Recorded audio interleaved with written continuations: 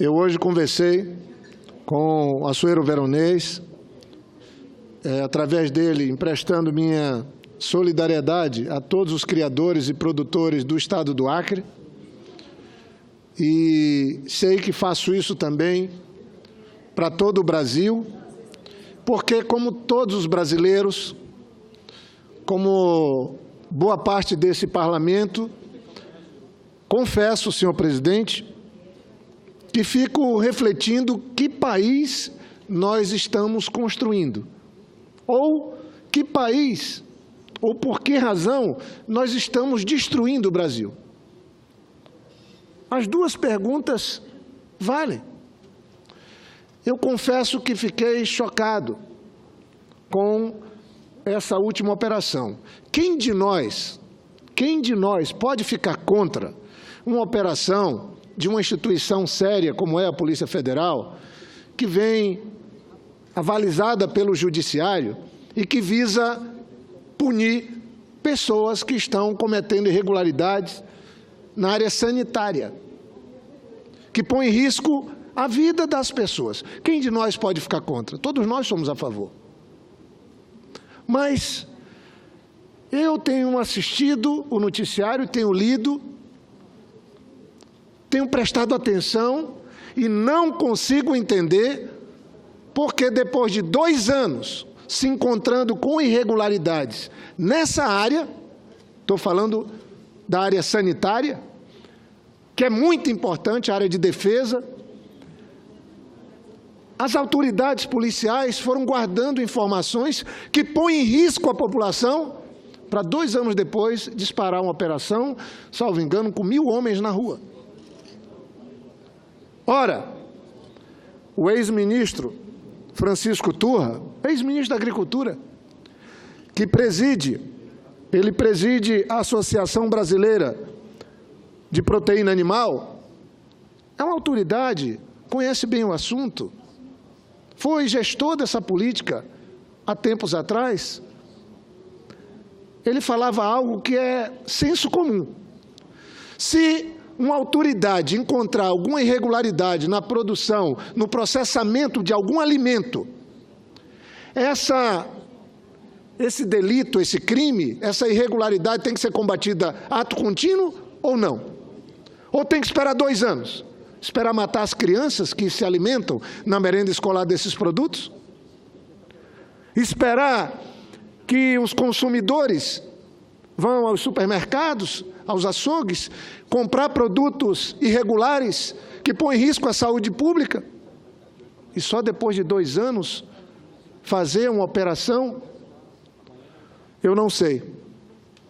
Eu não quero acreditar que possa ter algo que não seja o interesse público colocado nessa operação. Não quero fazer, nesses tempos que o Brasil vive, de tanta intolerância, de tanta injustiça, cometer mais uma.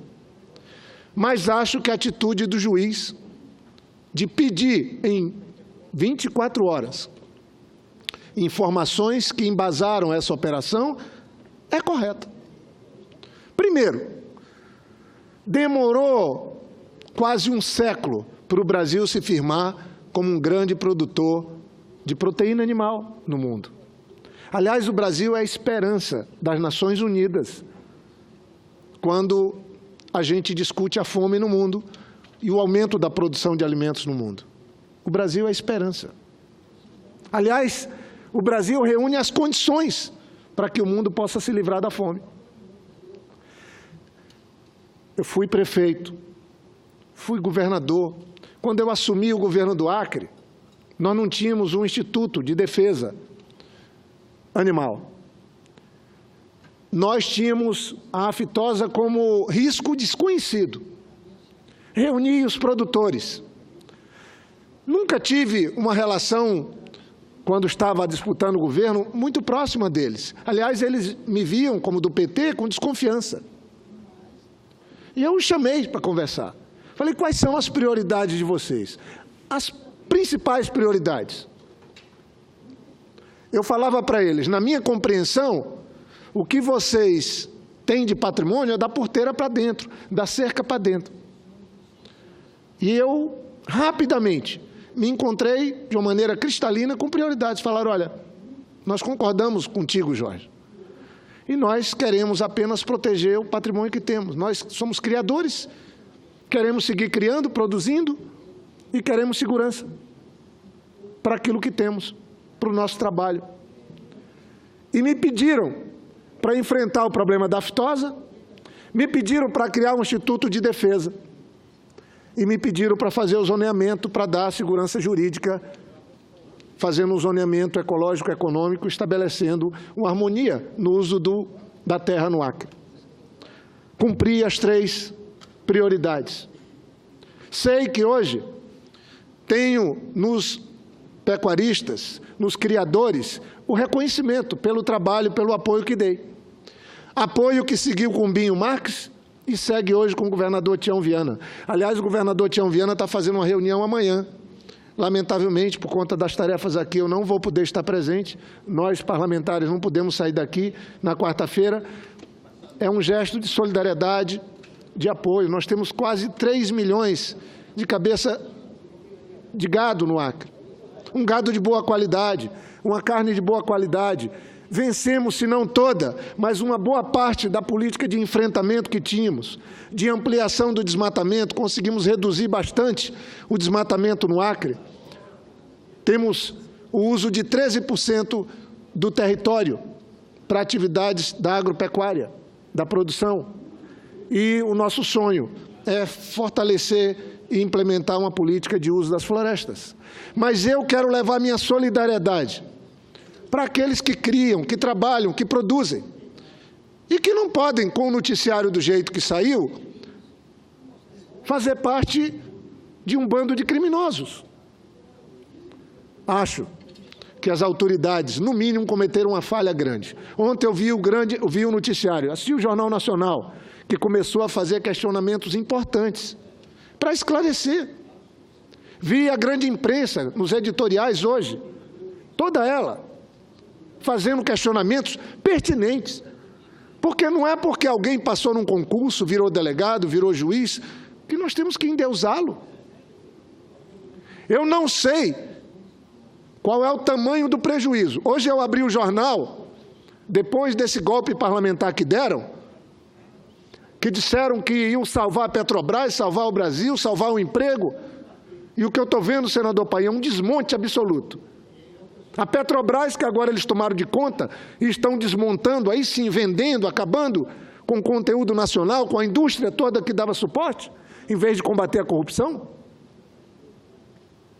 Petrobras teve um prejuízo de 15 bilhões no ano passado, sob a gestão deles, que se apresentaram como salvadores da pátria. Agora, nessa operação dessa semana, conversei com vários especialistas, falam num prejuízo que não é menor do que 30 bilhões de reais, com um custo incalculável, quando o Brasil pode perder mercado internacional. Alguns países que o Brasil fornece carne bovina, de aves e de suínos, o Brasil é um dos poucos fornecedores. Com esse baque, colocando sob suspeição a produção da nossa carne, nós vamos ter um risco seríssimo de perder mercado. É muito grave o que ocorreu. Eu acho, não é possível que não tenha ninguém no judiciário para fazer uma apuração se está tendo algum abuso de autoridade nesse episódio. Eu volto a repetir. Criei o IDAF, o Instituto de Defesa. Qualquer autoridade que sentir, por menor que possa ser o indício de irregularidade no processamento de alimentos, tem que ser denunciado imediatamente, para não pôr em risco criança, não pôr em risco os consumidores, não pôr em risco, não é mercado não, a vida. E por que não fizeram assim? Eu sei, está evidente que essa operação tem lá um lado meritório. Está identificado um tráfico de influência na nomeação de pessoas, numa área que não pode ter tráfico de influência e a presença desse loteamento partidário. Como é que você vai fazer um loteamento partidário numa área que trabalha com fiscalização? Está evidente que tem. Mas, se tem alguém roubando galinha, prende o ladrão de galinha. Se tem alguém roubando picanha, prende o ladrão de picanha. Se tem alguém adulterando algum produto, prende essa pessoa. Mas não destrói um país. Não destrói, não afeta um setor, uma cadeia produtiva, que não é só a carne, é o resultado dela, mas toda a produção de grãos, toda a produção que vem dos pequenos produtores, os criadores de aves, está afetada. Tudo aquilo que o Brasil conquistou nos últimos 15 anos, especialmente, de se firmar em todos os continentes do mundo, nos Estados Unidos, inclusive, na América do Norte, na Europa, na Ásia, no Oriente Médio, para citar os maiores consumidores, agora está ameaçado. Eu queria entender o que é que estão fazendo com o nosso país. Foi uma operação para tentar sensibilizar ainda mais a população cegamente para o combate à corrupção? Porque quem é que é contra o combate à corrupção? E eu até também me pergunto, quem é que é contra combater o abuso de autoridade? Eu queria ser solidário com a ampla maioria dos que trabalham nessa atividade, que fazem a criação, que melhoraram os seus rebanhos, que trabalham para usar a tecnologia e ajudar o país a seguir em frente. Não vou fazer juízo das autoridades, mas espero providências daqueles superiores, aqueles que levaram o Brasil a viver essa situação que todos nós nos perguntamos o que é que está acontecendo com o nosso país. Foi, certamente, uma ação que causou um dano enorme ao país, numa proporção que não sabemos ainda calcular, o tamanho dos prejuízos, mas certamente não está presa só a combater algum ilícito ou algo errado por servidores públicos, ou por produtores, ou por alguma indústria. Sinceramente, não. Porque se fosse, a ação teria que ser sido imediata. Ato contínuo, a identificação do ato ilegal. Como é que pode identificar que tem um frigorífico adulterando o processamento da carne e 2 anos depois é que você denuncia? Então põe em risco todo mundo? Qual é a lógica? Não tem lógica. Por isso que devemos fazer a pergunta: qual era o verdadeiro interesse dessa operação? A servir a quem? A segurança da população não era, certamente, senão não teria que esperar 2 anos. A segurança alimentar não. Não vamos nos enganar, gente. Não vamos nos enganar. Um fiscal que encontra algo irregular, ele tem que denunciar imediatamente e apurar se aquilo foi proposital ou não e punir, no caso de ter culpado. Nós não podemos viver assim. Nosso país não merece esses tempos. O povo brasileiro não merece esses tempos. E eu encerro a fala sobre esse tema aqui dizendo à sociedade rural brasileira, dizendo à CNA, à Associação Brasileira da Indústria de Exportadores de Carne, à Associação Brasileira de Proteína Animal, que eu posso, e aos produtores, sem prejuízo, e que ninguém faça aqui algum juízo, porque não sou afeito a esse setor, tenho uma relação de respeito, sim, de reconhecimento, sim, mas todos sabem que sempre trabalhei com a ampla maioria dos produtores, mas sempre respeitei os grandes criadores, são importantíssimos também, e estabelecer uma harmonia, mas eu quero trazer a solidariedade a todos os produtores que ajudam a fazer do Brasil um país que ajuda a combater a fome no mundo, a ser uma referência na produção de carne bovina, suína e de aves nesse mundo. e dizer aos pequenos criadores, que são a ampla maioria que dão suporte ao trabalho dos próprios frigoríficos no Acre. Eu falava com o presidente da Federação da Agricultura. O JBS, que tem um frigorífico no Acre, está suspendendo o abate. Qual o tamanho do prejuízo? Quantos desempregados teremos? O país precisa se reencontrar com a legalidade. Tem gente agindo fora da lei. Hoje criminalizam indistintamente a classe política. Cegamente. E eu não sei se, em muitos desses casos, isso não é feito para encobrir uma parcela importante daqueles que estão burlando a lei, agindo fora dela e abusando da autoridade que tem. Queria, senhor presidente, para concluir, hoje é dia 21. Hoje, dia 21, é o Dia Mundial das Florestas. Esse dia foi criado pelas Nações Unidas em 1971 e foi referendado, pela FAO, com o objetivo de conscientizar as pessoas para a importância da preservação dos ecossistemas florestais. O Brasil tem a maior floresta tropical do mundo. O segundo país tem menos da metade das florestas que temos. Quando temos na agenda do planeta a mudança climática, que está dando sinais em toda parte, aqui estamos vivendo a seca, num período de chuvas, no Distrito Federal, com racionamento de água. E, por destino e coincidência, ano que vem, vamos ter o Fórum Mundial de Águas em Brasília. Tomara que não seja em pleno racionamento, porque já já passa o período das chuvas. Se não chover, nós vamos pegar o período de seca. E já estamos vivendo o racionamento em Brasília. Lá no Acre, nós estamos vivendo, no meu estado, excesso de chuva. Mais de 500 milímetros em janeiro de chuva. Agora, em março, já estamos chegando a 400 milímetros num único mês. Sinais, certamente, da mudança do clima. E as florestas têm um papel fundamental na regulação do ciclo da água.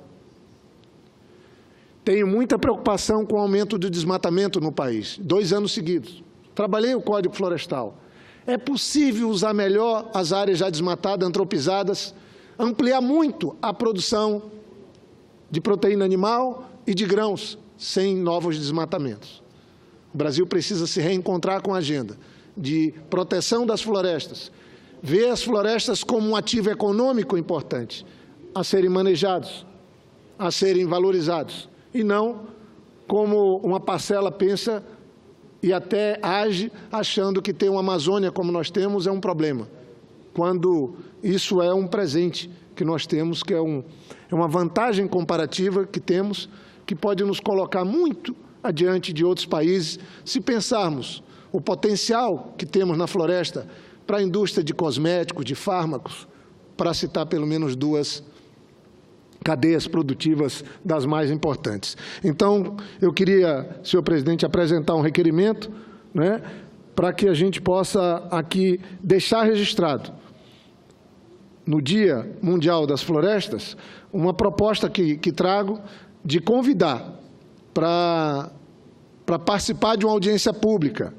e é esse o propósito do meu requerimento, na audiência pública, na Comissão de Meio Ambiente do Senado, o senhor Raimundo Deusdará Filho, diretor do Serviço Florestal Brasileiro, responsável pela implementação do Cadastro Ambiental Rural, que é talvez a maior conquista que nós temos, por enquanto, do novo Código Florestal, mas certamente teremos florestas nativas recuperadas, chamar o embaixador José Antônio Marcondes de Carvalho, que trabalha a agenda do Brasil na Conferência do Clima, nas COPs, para que ele possa vir fazer um debate conosco sobre a posição do Brasil diante desse ambiente e desse debate sobre mudança climática, e também o doutor Manuel Sobral Filho, que é diretor do Secretariado dos Fóruns de Florestas das Nações Unidas.